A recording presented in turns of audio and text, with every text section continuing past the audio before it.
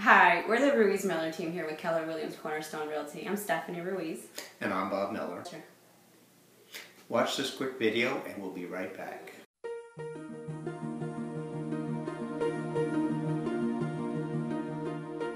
So how do you know if your home is in the market or out of it?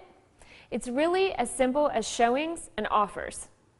If you think you've priced your house right and you haven't had any showings, the market is telling you that you're out of the market. But what if you've priced it so that you're getting showings but no offers? Statistics show that if your house has been listed for 2 weeks with showings but no offers, you're in this area, no buyer's land. It's in this area that you're attracting the attention of buyers, but you're only helping to sell the house down the street. What's more, research shows buyer interest in properties generally declines sharply after the first several weeks. That means that showings without offers in the first 2 weeks are not only selling the competition, they mean you're going to lose buyer attention quickly in the very time when you need it most. Your goal is to get an acceptable offer early. So if you've got no showings and no offers in 2 weeks, you're probably out of the market. If you've got showings but no offers, you're closer and maybe on the market, but not close enough to be in the market. Once you've got your house in the market, all the tools your real estate professional has can be used to get you the most amount of money in the least amount of time with the least amount of hassle.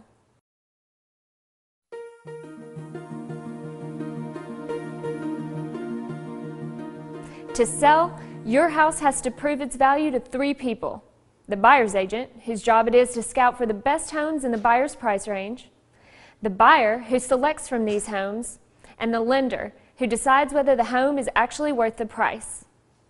Your real estate professional will take all this into consideration when helping you set the list price.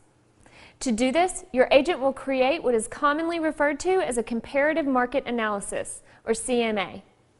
A comparative market analysis allows your agent to analyze your most up-to-date local market conditions by factoring in those houses that have recently sold, houses that have recently been placed on the market or listed, houses that have expired or been withdrawn from sale, and houses that are under contract or pending. Let's look at each. Active listings. These are listings that are currently on the market. Some sellers make the mistake of looking strictly at active listings as a basis for setting their list price.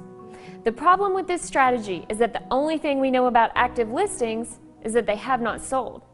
So while knowing what our competition is selling is part of the puzzle, it's not the only piece. Withdrawn and expired listings are much like active listings.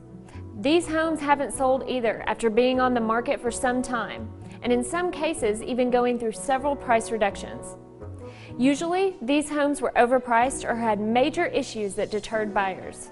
By analyzing the records of withdrawn and expired listings, your agent can determine where those pricing strategies went wrong. That information can help you see the power of getting the price right at the outset. Your agent will also analyze sold and pending listings.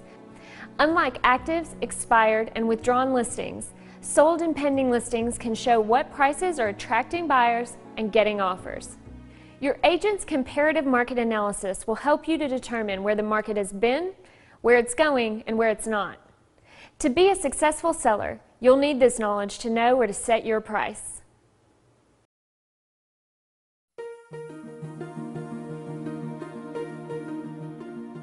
If someone bought stock 2 years ago for $100 a share, and that same stock is now trading at $75 a share, no one would expect a buyer to pay $100 a share just because that's what the stockholder paid. The same is true of real estate. The value of a house does not depend on how much you paid for it. Nor does it depend on what your neighbor says their home sold for or how much you may have invested in home improvements that please you. Instead, the value of a house depends on what the market tells buyers it's worth.